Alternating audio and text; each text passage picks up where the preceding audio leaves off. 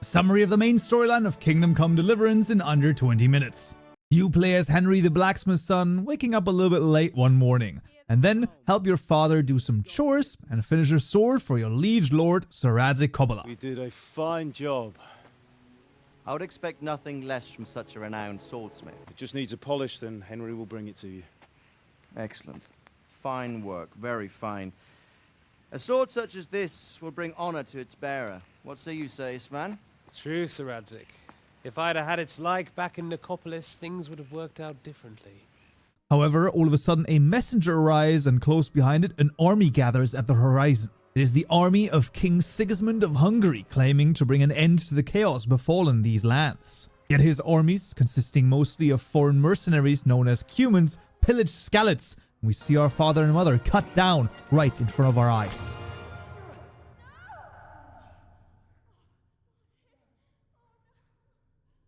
And so, we run. We find a horse, and being chased, we ride to Talmberg, explaining what happened. There, Lord Divish of Talmberg and his chamberlain conclude that the soldiers the boy didn't recognize. They could be those Cumans of Sigismund's. It said they came to Hungary from the east, and now they're the core of his army. During the night, God be praised, Sir Rattay was able to sneak out of Skalitz with the survivors, and they're making their way to Rattay. However, Henry can't keep his parents lying in the muck, so he sneaks out of Talmberg and walks to Skalitz to bury them. Damn it all. Then, however, we're rudely interrupted and nearly struck down. To die by the sword you helped forge. Hey, go fuckers! The games are over. The sword for Sir Rattay is taken from us, and if Teresa hadn't stepped in and Sir Robert hadn't come from Talmberg, we'd be dead. Wounded and nearly broken, they take us to the miller of Rattay, the uncle of Teresa. She nurses Henry back to health, and as we enter Rattay proper, there we are introduced to Sir Hanush of Lipa.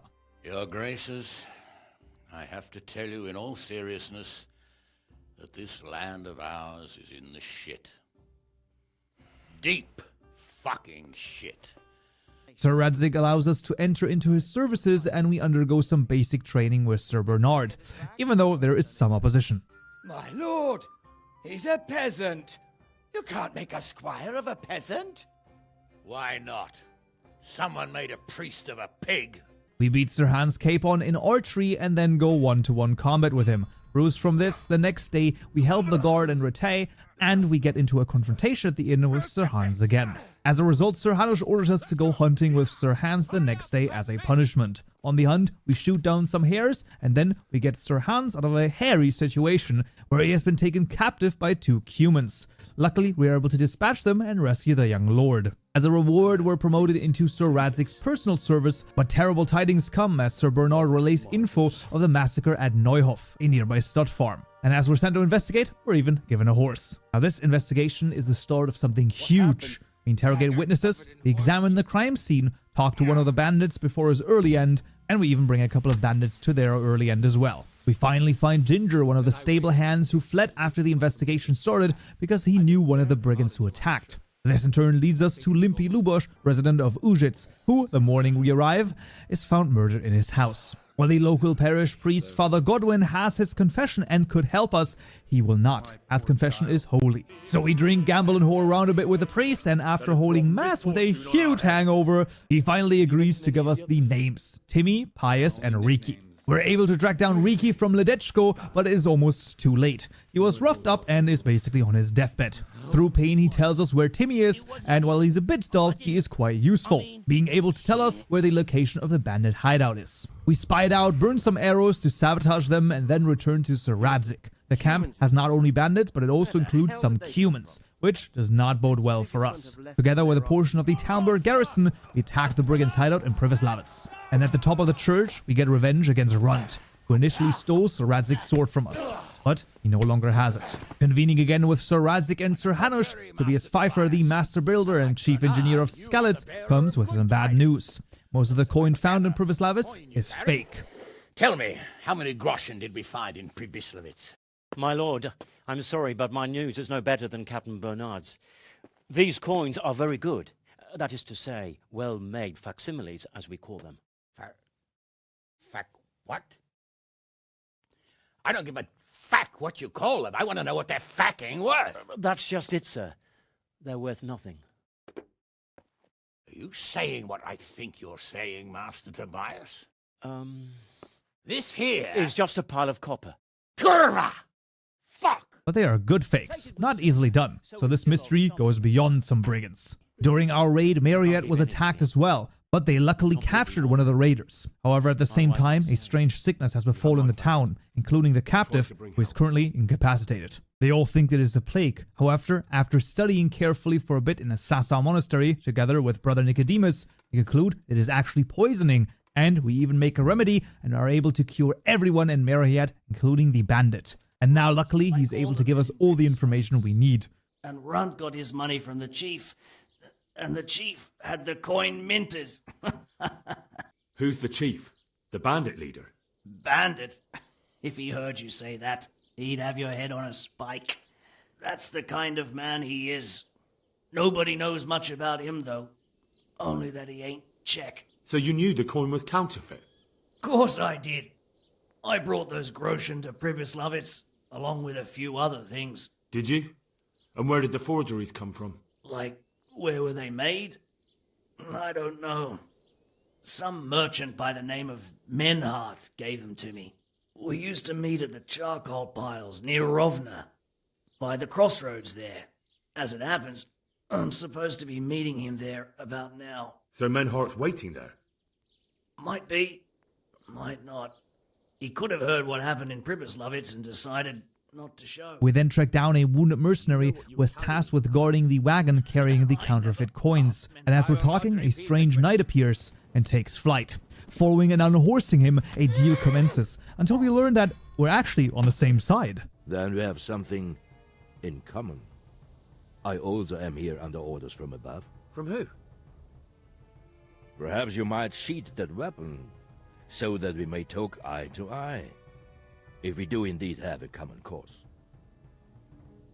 Stand up. Sir Ulrich is also looking for counterfeiters, as the coin have made connections all the way to Passau. After speaking with Master Fafar, it seems the connections might go deep into the Sassau monastery. All this leads to a man known as Rattay, who gives us the location of the counterfeit workshop deep within the Skalitz mines. Here, Sir Jezek of Rono is leading the operation and will give us the name of the man who created the coins. Eric. Plan is to join the brigands ourselves. We pray one night in a church, and there they are. And our test to join the party of bandits? That's just to sneak into the monastery, become a monk, and kill one of the new novices. Oh, Lord above, help us. We help a nobleman who was supposed to be going to the monastery by going in his stead, and we only make somewhat of a fool of ourselves.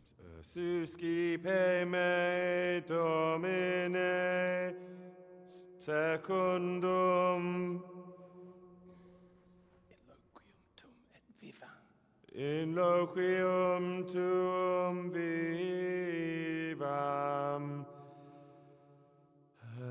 et non confundas me ab expectatione me. Well, inside we have to adhere to strict rules and schedules. Otherwise, we might just get punished. And not the good kind of punishment either. Instead of adhering to those, though, we just get some lockpicks, knock out some monks, steal forbidden books, and finally break into the abbot's own chambers and also knock out the prior. Christ forgive us.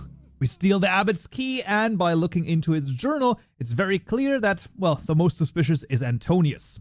This must be our wolves in sheep's clothing, so we confront him and just in the middle of mass, start a brawl. After taking him out, we take his dice as proof and knock out the prior for a second time because freak that guy, man. We leave through the front door and meet up with the bandits again. Let's get down to business.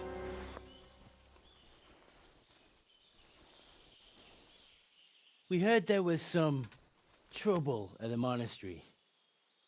Question is, was it the right sort? Did you do that job we agreed? Finally allowed to join their camp, we are sent to Vranik, where we are able to meet with Eric.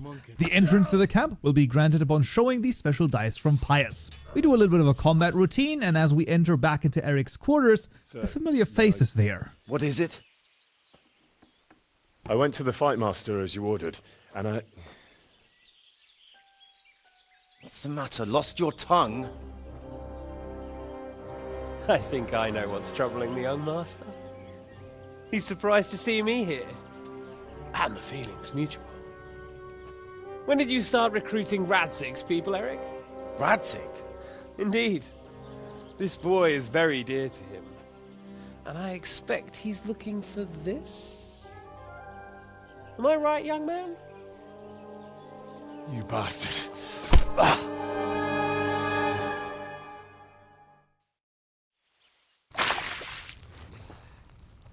He's coming round. I apologize for the discomfort, but it's for your own safety. And ours, of course. You can count yourself lucky, lad. I'm gonna keep you alive. I'm sure your father will pay a nice fat ransom for you. My father's dead. That lackey of yours wouldn't even let me bury him. He doesn't know, Eric. Nobody told him. They told me, a foreigner, but not him. How very inconsiderate. I'm sure you'd rather hear it under Sir Istvan Toth, who of course blows our cover and also has Sir Radzig's sword, but he also tells us that your father, your real father, is alive. You even know him. It's your liege lord, Radzig Kobyla. Although, how much can he really care about you? However, luckily now we know the plan, and we can escape from Vranik. We warn Radzig and Hanush about everything, and then collect most of the men from Talmberg for a full assault on Vranik. Listen up now. We are about to meet the rabble that have been trying to hurt us. Pillaging, killing, raping, and generally being a thorn in our side for long enough. They may be hiding behind a stockade, but they are still a pack of curs who are no match for men like you. When we reach the ramparts, the archers will cover the men climbing it, and the men with the battering ram. Any of these fuckers foolish enough to stick his head outside the stockade is to lose it at once. Understood? Yes, sir! Glad to hear it. Now, let's do it! Forward!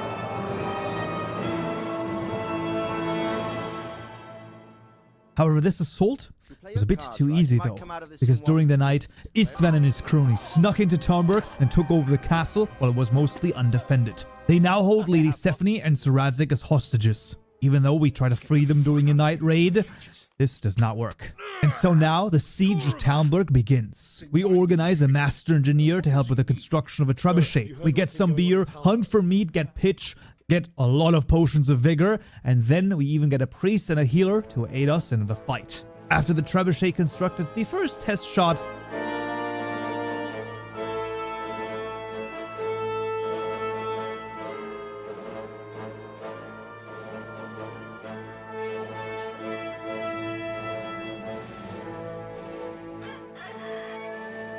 Now, let's see how strong those walls are.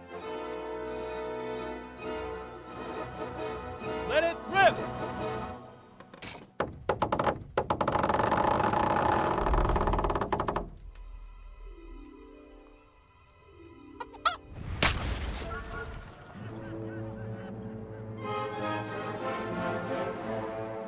That was just the first shot. The trebuchet has to be calibrated. That's perfectly normal. I'll have the range in no time. might be a little bit lackluster in terms of accuracy. However, there is no time to lose as reinforcements from the other side are nearing our position. So we defend the trebuchet and even get a captive.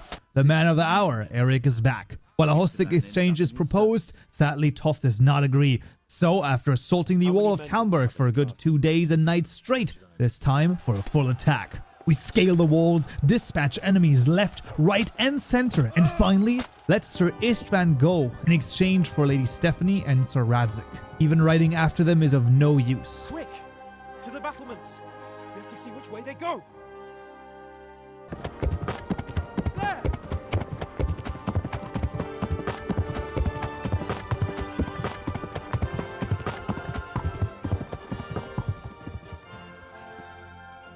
Glad to see Istvan kept his word, sir. Not half as glad as I am, Your Grace. Well, we kept our word too, and now Toth has had his head start and he's fair game. Which way do they go? To the north, but I would be careful, Sir Hans. Fear not, Your Grace. I have twice as many men as he. I won't keep you any longer. I'm sure the two of you have a lot to say to each other. Let's go!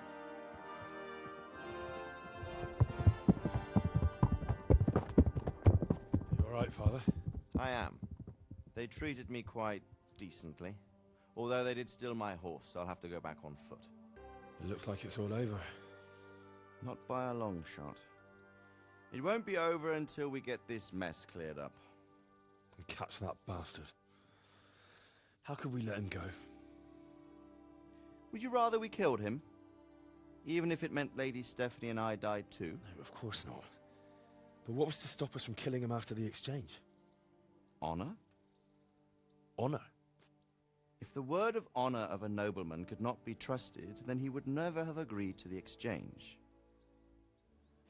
And where's the honor in abandoning your son?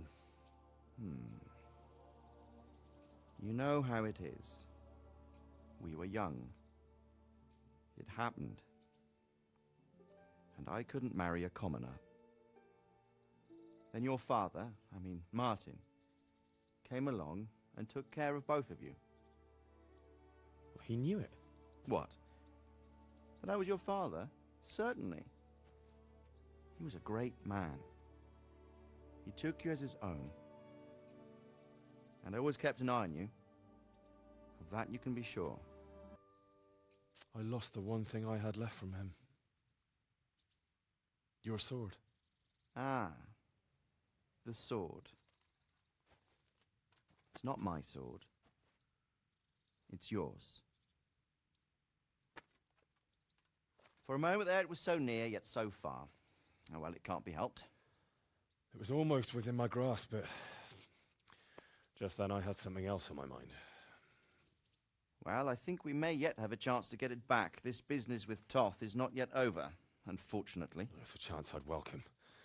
Not just to get the sword, but that bastard Istvan too. And then I'll find that German whoreson who torched Skalitz, and I'll slay him with it. We keep a word of honor, however he escapes with Sir Radzig's sword. Our sword.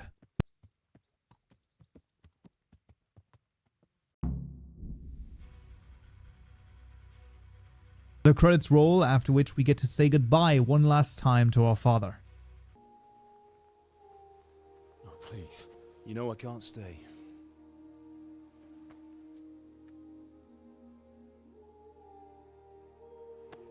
Will I ever see you again? God knows.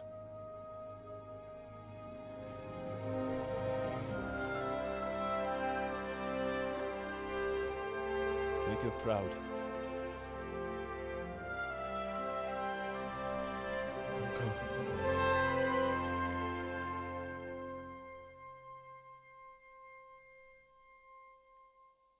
And in the epilogue, we join a political discussion about what happens next, and in the end are sent off to deliver a letter to Otto von Berghoff, member of the League of Lords. This time hoping he's going to help us against Sigismund. And so we're off to another leg of Henry's I journey. finally have the feeling we're doing something worthwhile. We're helping to save the king. Instead of saving his drunken majesty, I'd rather find that whoreson who murdered my parents, get the sword back from him, and skewer him with it. Cheer up, Henry. I have a feeling you'll get your chance one day, and it won't be long in coming. Forward, men! Audentes fortuna juvat!